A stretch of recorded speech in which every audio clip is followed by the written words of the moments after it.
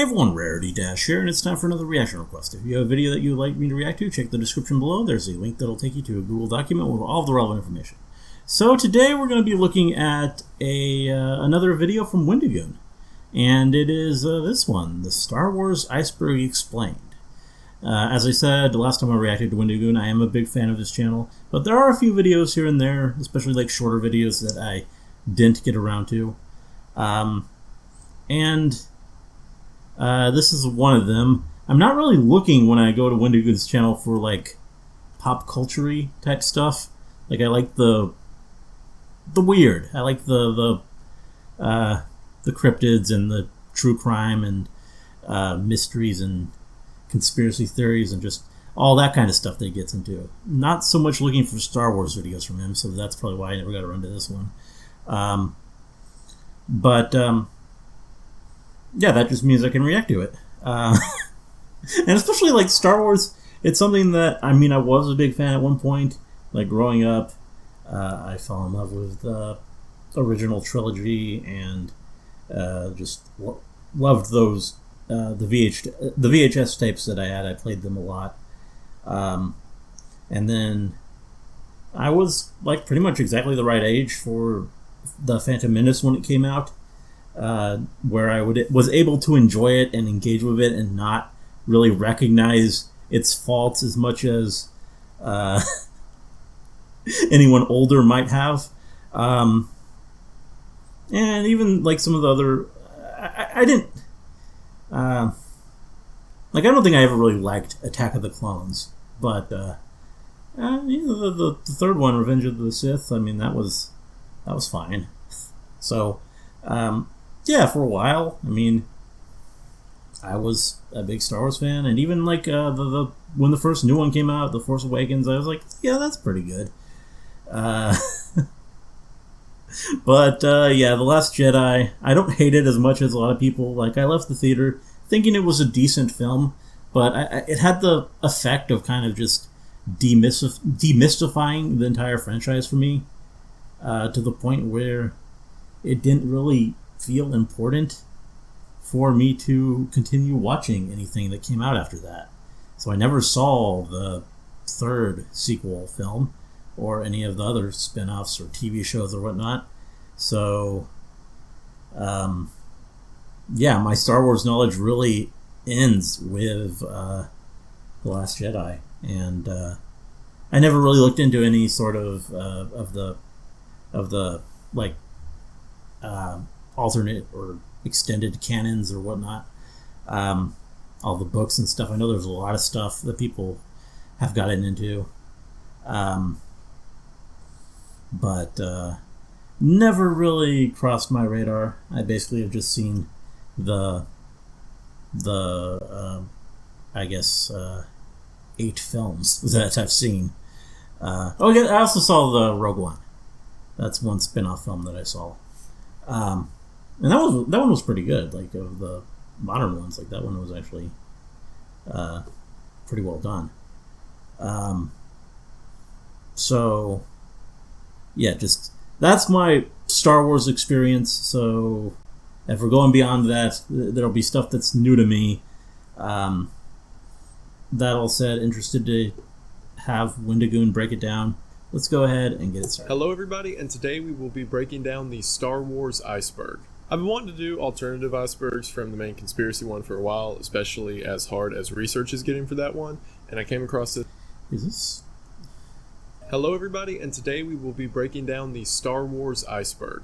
I've been wanting to do alternative icebergs from the main conspiracy one for a while, especially as hard as research is getting for that one, and I came across this one, and I'm a super huge nerd for Star Wars, so I thought this would be fun. This iceberg comes from Cinedaria45 on Reddit, who a big thank you for making this, and I also kind of goofed. I saw the picture and then went and researched everything, and then when I came back to the original picture to say Star Wars theories, I looked at the top comment, and they had a laid out list of what everything means, so I played myself. However, a couple of them that I had absolutely no idea what I was talking about, I used that comment in order to figure out everything. So thank you, Cinedaria, for helping me fill in the gaps that I didn't even need to start filling in the first place. This iceberg covers everything from canceled projects to behind-the-scenes production to hidden lore elements and things such as. As a side note, a deeper dive on the Denver airport will be out soon, since that's the one that the Patreon picked. Ken, thank you all for that. As well as the continuation of the main conspiracy iceberg. We've got a lot Did he to ever cover, do that? so I mean, I know they covered it on the red thread. As always, actually, but thank you for watching. I don't remember a standalone our first tier, which is Denver Blue airport Skies, and video the first theory, from Darth Wendigoon. Jar Jar. This is rather well known at this point, but there is I've heard about this theory before. That in the prequel trilogy, George Lucas' original plan was seems for Jar kind Jar of Binks doubtful to to come me, out as but Palpatine's assistant or second Sith.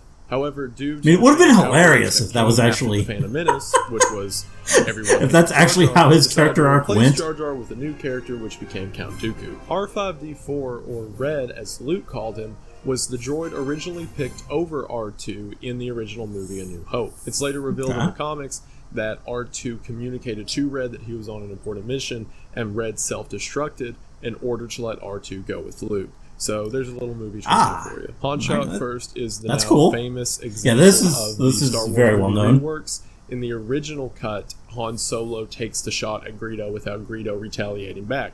However, after the initial movie's rise to success, they decided to make Han look more of a good guy in the first film, so they edited it to where Greedo shoots first, Han gently dodges before killing Greedo. This has been argued by everyone for taking away character development, and yada yada yada. A bunch of people don't like it, and we're going to get more into the reworks in a bit. Jedi census refers to the fact that on nation censuses every year, there are several people who list their religion as Jedi, and while this rarely goes over 1%, it gets pretty close. Jay Campbell was the author of the book The Hero of a Thousand Faces, which explains the basic hero's journey that is now mostly known throughout media.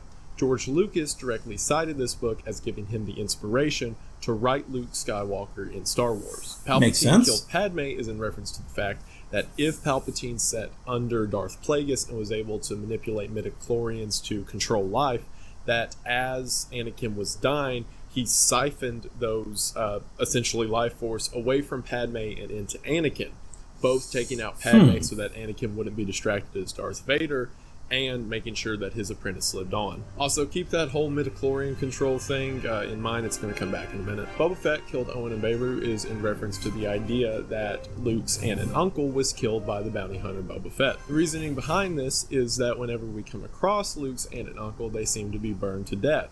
Now, the only character in the entire original trilogy that's seen using anything like that is Boba Fett with his flamethrower. I guess that's also, true. we know that the Empire was using Boba Fett to carry out these bounties, so it's not a far stretch to say that he is. And I also like this theory as it makes the plot more closely tied together. E.T. connection is in reference to the fact that in Phantom Menace, down in the audience, I've heard this you can before. See a group in the Senate is the aliens from E.T., implying that E.T. is canon in the Star Wars universe. Obi and Padme refers to the theory that Obi-Wan and Padme had a slight love interest throughout the movies, and that may be part of the reason that Anakin went to the dark side in fear that his own master had betrayed his love interest.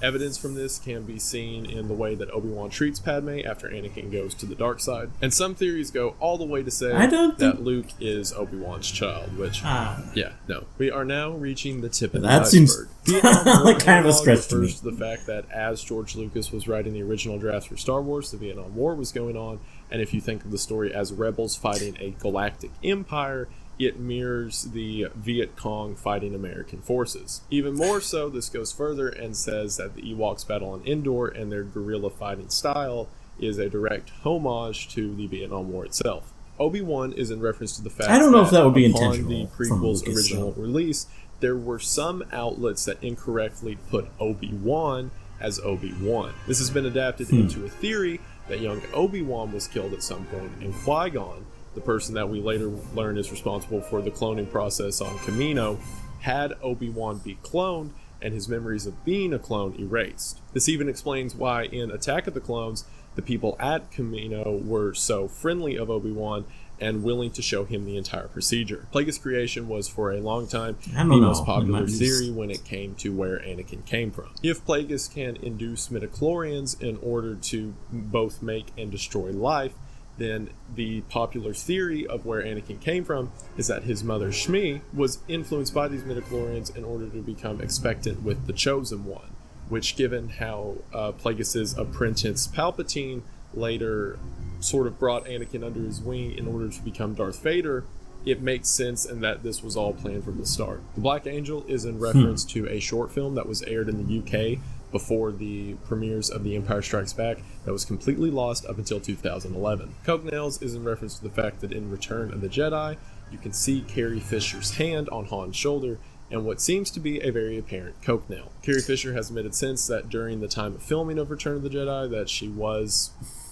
on coke, so it stands to reason that this one's probably true. Rey is Shmi is a very convoluted process that will be explained later in the Iceberg, but it's basically the idea that after the events of the new sequel trilogy, that Rey goes back in time, again, as I'll explain, some and resemblance becomes there. Shmi, the mother of Anakin, and that the entire timeline of the 9 movies is one continuous loop that keeps resetting on itself. Turkish Star Wars is in reference to this thing, which is exactly what it sounds like. Turkey made a very bootleg copy of Star Wars that was I've heard of this as a sort of joke film. I don't think I've seen it. Like, it's one of those extended editions are rebel propaganda. Bad movies that gets passed around, but I don't think that every Star Wars movie from the original trilogy as we know now has been altered and edited in some way from the original. These edits include things such as Han being more of a good guy, there being more Empire for the rebels to fight against, and generally cleaning up the look of the films. Therefore, all renditions to the movie that came after the original have been made to make the rebels in a more positive light, i.e. propaganda. Aragon Connections is just a reference to the fact that the book series Aragon took inspiration from Star Wars, all the way down to specific characters just being different versions of characters from Star Wars. Solos About Lucas is in reference to the fact that Ron Howard has always been great friends with George Lucas, to the point that during the filming of Solo, he had him on set to give advice and things like that. Details of this come down to the idea of Han Solo being a racer, and then getting mixed into an in crowd, and then thinking about joining the military, and other minor details of George Lucas's life that essentially paint the movie as a homage for Ron Howard's friend George Lucas. Escape from Dagoon was supposed to be a book about Shaak Ti and her adventures on the planet of Faluth. Whatever the one with the weird mantis things was. The book was canceled for unknown reasons. However, theory persists that it accidentally called out some of the events later in the Star Wars series, such as Palpatine having a granddaughter and whatnot. 1313 was a video game that was very late into production before Disney acquired LucasArts. Followed Boba Fett on the city of Coruscant, where you would play as a bounty hunter in an open world title. The game was going for a hard M rating and was supposed to be a very brutal adaptation of Star Wars, which is why most believe that Disney scrapped it whenever they came on board, because they wanted to obtain a more family-friendly thing. And honestly, this was the one event to me that made me lose all faith in anything Disney did with Star Wars, because I really wanted to play this game. Endor Calvary is in reference to the thing that happened at the end of... what was the name of the last movie? The Rise of Skywalker, yeah, that thing. Where the group of rebels on Endor ride real-world horses on the ship, which raises a ton of questions, like, why do they have horses? Did the Ewoks teach them to ride horses? Where are the Ewoks? Why aren't they helping? Why are there horses on Endor? So if this is considered canon, then that means Ewoks have horses, which... moving on. Mount Sorrow in the Star Wars comics is a mountain on the moon Endor, which at the top of it there is a sentient talking rock. So yeah, however the Force explains that one. Jabba the Hutt human is in reference to the fact that in the original New Hope, Jabba the Hutt was not yet decided to be a giant slug monster, but just a regular person. There still exists some reels of the test footage of this scene in which Han is talking to just a regular dude, which in post-production they've edited over with the Jabba the Hutt that we know today. Chewbacca's Sasquatch is from the comic Into the Great Unknown. In it, Han and Chewbacca crash on planet Earth some 200 years ago, and after Han is killed by Native Americans, Chewbacca gets away. A few hundred years later, Indiana Jones, yes, another Harrison Ford character, shows up and finds... When they say a long time ago in a galaxy far away, I would have thought more than 200 years. That Bigfoot, as we know him in our world, is just Chewbacca running around on Earth. The Force Awakens Dark Side of the Moon I guess that is in works. reference to the fact that if you watch The Force Awakens and play the Dark Side of the Moon album by Pink Floyd, specifically 3 times in a row, it lines up as a perfect soundtrack to the events on film. Clone Wars Lost Episodes is exactly what it says. Due to the Clone Wars being canceled earlier than originally predicted, I also never watched Clone Wars. 4 a lot of people are big fans of that, episodes that would have explained more of the plot going forward that still exist as half-finished productions that you can find online. Now that we are done with the shallows, we move into the murky waters. Trade Federation Star Trek is saying that the Trade Federation that is primarily seen in The Phantom Menace is a parody of the Star Trek crew, down to their outfits and ships and all of that. Naboo ducks is referring to in The Phantom Menace. You can clearly see a shot of what appear to be ducks in around the palace of Naboo, which, going by convergent evolution and the idea that higher life forms will always evolve to that, no matter the circumstances, ducks are a higher order being that will always exist through evolution as a chief life form. I'm somehow more okay with the ducks than I am the horses. Abortion, I spent way too long trying to find, and after going back and reading the comments on the original post, it's just a joke, so you got me. Star Wars City 1985 is in reference to a Canadian film that came out in 1985 that was called Star Wars City. What's interesting is there are absolutely no pieces of this movie still in existence. No one can find any trailers or information, and even the IMDb page doesn't know what the plot is. There is one person who claims to have seen it, although they can't remember what it's about. Other people claim to remember what it's about, but they haven't seen it, and everyone has conflicting information of it being everything from a documentary to a TV show about children going to Mars. So, whatever. Annie's real father can refer to many different theories about who Anakin's real father is. However, as it was shown in the Star Wars Legend comics, thanks Disney for taking those out of canon, Palpatine, not Plagueis, induced the midichlorians in the air in order to make Anakin manifest as Shmi's child. Therefore, Palpatine created Anakin in order to use him to take over the galaxy, which, to be fair, totally worked for a while. First script is speaking about the original script for the original Star Wars movie went under several rewrites before the edition that we know came out.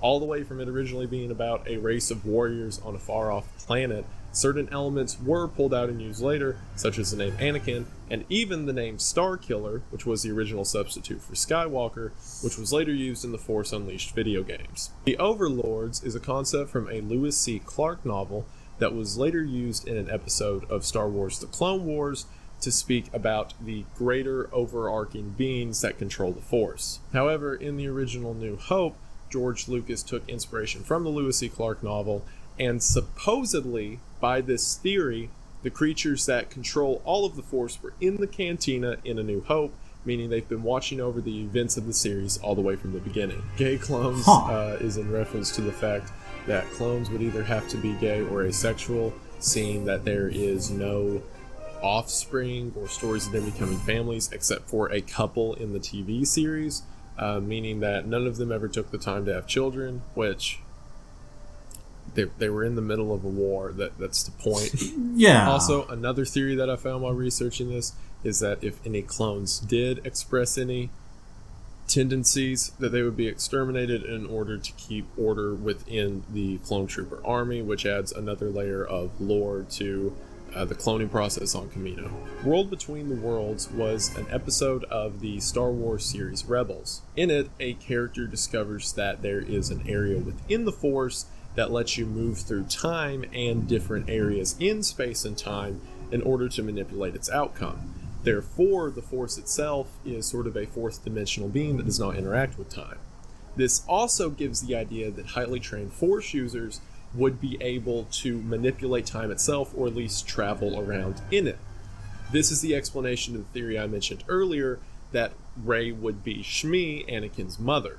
That either she went back in order to create the Chosen One, or Palpatine, wanting to reset the cycle, so to speak, put her back in time as Shmi. We are now into the deep water. Poor Shots has two different theories behind it, one of which being the reason that the super accurate stormtroopers miss all their shots in the series is because the Force is willing it to do so in order to keep our main characters safe. I mean, that could make sense. The other one that I like more because it's much more crazy is that Owen and Beru faked their deaths, which is Luke's aunt and uncle, on Tatooine, donned stormtrooper armor, and throughout the series were following Luke around, purposefully making bad decisions so that he could get away. Also, I have this one is L plus L that seems a bit doubtful. I couldn't find anything until I found the original post, so thanks for not spelling this out, I guess. What it's saying is that Luke plus Leia equals Rey, saying that Rey is the illegitimate child of Luke and Leia. Let's hope not. I don't want to talk about this anymore. Let's move on. Boba Fett is Luke's mother. Comes from during the filming of the original trilogy. Mark Hamill went to George Lucas and saying that since Boba Fett's really cool and hasn't done a lot, wouldn't it be really cool if it came out that he was Luke's mother, or what we would later know as Padme, in disguise this entire time? And George Lucas did not like that idea one bit. Reformation parallels. Yeah, we did not do that. That the prequel trilogy is symbolism for the Protestant Reformation. This goes really deep from everything that Count Dooku is Martin Luther to certain acts that were seen during the Reformation are mirrored in Star Wars, and it's a fun theory that you can check out if you want to. But too much for me to get into right now. C-3PO. Oh yeah, I've seen this before. Refers to in 1977 there were trading does look like that Star Wars characters. During the photo shoot for each of the How did no one catch that? Cards, someone on set thought it would be funny to take a piece of the armor and line it up to look like this. However, it got sent to the toy company along with everything else, and either as a sick joke or they just didn't notice, it got put onto thousands and thousands of trading cards. So many so that when they reproduce them with a different image, there were more that were printed like this than there was of the corrected one. So, good job, boys. Luke, with 2 U's, is a clone in the Star Wars Legends comics that was cloned from the hand that Luke lost by Darth Vader on Cloud City. That's an interesting plotline. That clone was trained to be a Sith apprentice, and we don't really know what happened to that hand. That Luke also lost in that fight, and was later killed by Leia during a battle, because at the time, Luke had taught Leia to be a Jedi. And things like this make me wish that this was the sequel trilogy we got. And moving on. Christmas in Lore Revelations with... Wayfair's 4th of July clearance is happening now. Save up to 70% off now through July 7th. Yes! Building your online business? Go to Wix.com and set up your... Which, we'll talk about the Star Wars Holiday Special in a second, but refers to a Bon Jovi and Star Wars crossover album, which several times references Christmas directly, which means that Christmas is canon in the Star Wars universe, which means Christ would be canon. Yes. And yeah, there's a lot of this. It's Bon Jovi in the Star Wars universe. Fact that during the we know Jefferson's trilogy, Lucas not only had plans for the prequel trilogy he eventually made, but a sequel trilogy. In it, the original plot was going to be that the Emperor did survive, and he was the main antagonist for the trilogy. During this time, Luke trains Leia to be a Jedi, and in a fight between the two of them and the Emperor, Luke eventually dies, and Leia becomes the leader of the Jedis. Which, again, we were so close. Mandalorian G's is in reference to the fact that in the Mandalorian TV show, a character says G's, which is an abbreviation of Jesus, implying again that Jesus is canon in the Star Wars mythos. Yeah, we are now down to the bottom of the iceberg. Mad Magazine Timeline Predictions is speaking of an article in Mad Magazine that came out in 1982. Making fun of the Star Wars saga for starting in the middle, it begins to make jokes predicting what's going to happen in the prequels and what's going to happen later on, and surprisingly got a lot right by accident, such as Luke and Leia being related, Darth Vader being the previous leader of the Jedi, or at least a high-ranking Jedi, all the way to the Emperor's grandkids being a character. Kashyyyk versus Kazook. Star Wars Holiday Special was an absolutely cursed abomination that should never exist, that was made immediately after A New Hope. And it's terrible. Don't watch it. It's you should watch it. You just gotta know what exists. Celebrating a holiday known as Light Day, which is fascinating. A very blatant tie-in with At least Christmas. Watch a review. However, as Star Wars fans know, the planet that Wookiees come from is Kashyyyk. However, in the special, it's called Kazook, which I know it's just because they were dumb and didn't think what they were doing at the time.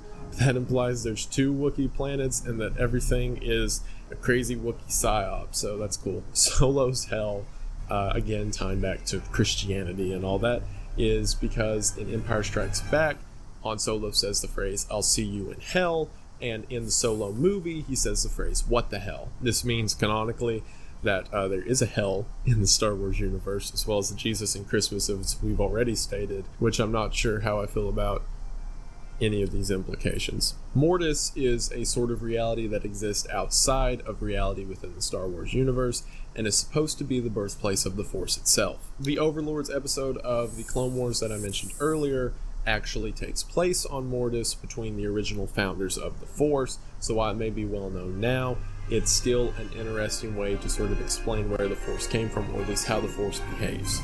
Alien Exodus was a cancelled book in the Star Wars universe that was going to explain where humans appear in the Star Wars universe. Specifically, it was going to say that some thousands of years ago, humans were taken off of Earth as slaves, and later a whole war happened for human equality and liberation, to which they eventually became on par with everyone else and even powerful Force users. And while you may think, oh cool, that makes sense in the whole canon, if it does really take place a long time ago in a galaxy far, far away, then it doesn't really make sense why humans would be there, but also know about things like Jesus.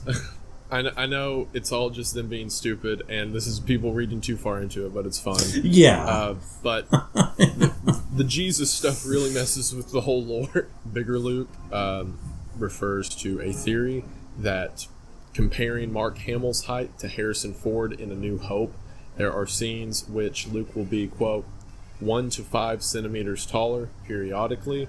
Therefore, people believe that there are two Lukes that swap out with each other randomly, or that Ben Kenobi is using the Force to make Luke appear 5 centimeters taller for some reason. Now we are down to the Midnight Zone. Corellia is alive refers to Corellia the planet, which is the one which Han Solo is from. In the greater Star Wars mythos, Corellia is responsible for several natural expenditures and fuel sources, and it gives the theory that this planet, very similar to Coruscant, that's covered in cities and governments, is actually a living, breathing entity. Okay. Oh. The Jizz Age refers to the time before the all about Wars, jizz, in which the galaxy was full of art and music and all that fun stuff. The reason it's called that is because Lucas, I believe, originally envisioned it as a combination between jazz and fizz, and no one corrected him. And jizz is the genre which the Cantina Band in A New Hope and the band in Jabba's Palace in Return of the Jedi. Was it as much of a term? It's the genre of music they're officially listed the late 70s, early 80s? Is a very long theory I won't get too much into, but it goes into the idea that humans in the Star Wars universe are not actually humans, and instead, given things such as there are very few women in the original trilogy especially. That is true. And there are several men who all fight in wars and whatever, that they are more akin to a sort of bee colony hive mind thing that assembles in certain areas and leaves to help the nest, and it's a whole big theory that you can get into. But it's basically an explanation to why these very human-looking creatures could exist in a galaxy a long time ago, far, far away. Original editions. I think they just didn't cast enough women. Speaking of the original Star Wars editions, as we know now, the all there is to it. Editions as we see them have been very heavily edited and layered over with CGI. However, this is saying that the original versions that Lucas supposedly destroyed in order to not let people watch them never existed in the first place, and that the original versions were edited over, and that this is simply people putting on nostalgia goggles and thinking that the old versions were better, and every version that you've seen since that is the original has purposefully had the new stuff edited out. In other words, Greedo always shot first, there was always weird CGI monsters, and there's always been more stormtroopers. Weezer discography parallelism is talking about the Weezer band's sort of rise and decline with their albums, and discography is a direct correlation to the Star Wars movies, and that Weezer purposely modeled their entire band brand off of the Star Wars series. That seems doubtful. I think like Weezer sort of typically are they purposely trying to make a Phantom Menace album, but is also in reference to the differences purposely making something worse. Anakin or Vader and his mother Shmi, and how Shmi did things like dying for her son, and Vader did stuff like actively trying to murder his son. Real Book of the Wills is an interesting fan theory. For those that don't know, it's said in the Star Wars canon that the Book of the Wills is a written narrative of everything that ever happened in the Star Wars series, and as a matter of fact, everything that we're seeing now is a rendition or adaptation of the Book of the Wills. Therefore, all this did happen a long time ago in a galaxy far, far away, and what we're seeing is a visual adaptation of the written record. However, the real Book of the Wills is referring to the idea that whoever adapted this book into the real world wanted the heroes to win and wanted things to turn in their favor. So the Force is not actually an entity or thing that was in the original universe. It is instead the adapter or writer of everything that we're seeing, applying a sense of character protection to those that they want protected. In other words, the Force itself is creative liberties in order to tell a more engaging plot. Now we are to the final layer, the Abyss. Disney Purchase 1977 refers to in 1977, after the first New Hope came out, Disney approached George Lucas wanting to buy the series then. The theory says that they did buy the series, which all of the toys and advertisements and things that happened after New Hope was actually Disney working behind the scenes, and because at the time Disney was in a bit of a dry run, they didn't want their name attached to it, and simply worked from the background, waiting until after the prequel trilogy came out in order to officially buy Star Wars off of George Lucas. The Last Jedi socks scene is speaking of a theory that was perpetuated by Mark Hamill, that several of the scenes in The Last Jedi are supposed to be a metaphor for coitus. While this started as a joke, a lot of people ran with it, going as far as to make an entire diagram for the throne room fight scene in The Last Jedi, and how the emotions and character symbolism of the scene are all representative of smoochy time. Hyperspace war found footage is actually a concept that will be seen in my main conspiracy iceberg soon, but it's the idea that by looking through hyperspace or the plane above existence, that someone found recorded real-world video of the Star Wars events and battles, and that's what gave inspiration to the Star Wars canon. Boba Fett turns out it's a joke, thrown at the bottom of the iceberg. I didn't know this doing my research, and I came across some of the worst Rule 34 ever. So once again, I played myself. Real Star Wars Holiday Special Never Captured is the theory that the already horrible Star Wars Holiday Special, which again is a very cheap Christmas ripoff just set in the Star Wars universe, is actually the not as bad version. And the original script was way, way worse and more preachy, and what we got was a watered-down version. Yoda Species' true identity is referring to the fact that throughout the entire Star Wars canon, Yoda Species has never been named. However, a toy company that made a coin trading game back in the 1980s accidentally listed Yoda's species as the Lanix. It was then immediately said afterwards that this was a typo and wasn't meant to go on there, but there's nothing else that's Lanix in the Star Wars canon, and it's a totally random thing that they did for seemingly no reason. Also, there are theories that Yoda's species, being one of the most powerful Force users in existence, would later survive on past the destruction of the Star Wars universe, go to a far-off planet, populate it, and then eventually adapt into humans. Finally, every episode is the same. This is stating that there are already humans in the Star Wars, all 9 of them, are the exact same story being told over and over again with only minor differences. This is not saying that they are necessarily bad, but that it is a repeating tale of good rising up against evil, being hurt, good winning, only for evil to rise up again and do it all over. Hero's journey. Poetic look at it. There are other theories that every episode is literally the same, and every difference that you can remember is simply being zapped into your brains by the combined might of George Lucas and Disney. Yeah, you thought the CIA were scary. You clearly never met this old man in glasses. And that's it for the iceberg. I hope you enjoyed. I had fun doing this. Like I said earlier, the conspiracy iceberg gets a lot, especially when it's this hard to research at tier 6 now. And I wanted to make this because I thought it'd be fun, and hopefully you all enjoyed it. And as always, again, thank you for watching. Thank you to everyone for watching. A very special thank you to all of my subscribers. A huge thank you to all of my Patreons. I really couldn't do this without you guys. And a massive thank you to my top tier patrons. Thank you, Kayla. Thank you, Pef. Thank you, Eddie. Thank you, Benjamin. Thank you, Tim. Thank you, Publius. Thank you, Saucy. Thank you, Phasia. And thank you, Steven. You all really are the best. And when I say I can't do this without you, I mean it. It's so mind-blowing that people enjoyed this enough to actually, like, put their foot down and donate towards it. And it's so humbling, and it means the world. Thank you. Tier 6 of the Iceberg coming out soon, as well as the deeper dive on the Denver airport, which is, again, thank you, what the patrons voted on. And that'll do it for this one. I will see you all in the next video. And as always, thank you for watching. Bye. Okay, well, there we have it. Another good video from Wendigoon. Yeah, a lot of interesting theories. Some of them a bit preposterous, but what can you expect? And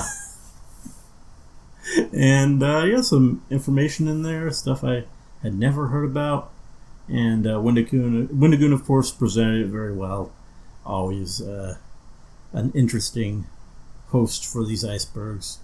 Just explaining, breaking it down, and yeah, definitely enjoyed. Hope you guys liked the reaction. Let me know if you did, and see you. That's not me. There's OBS. See you in the next one.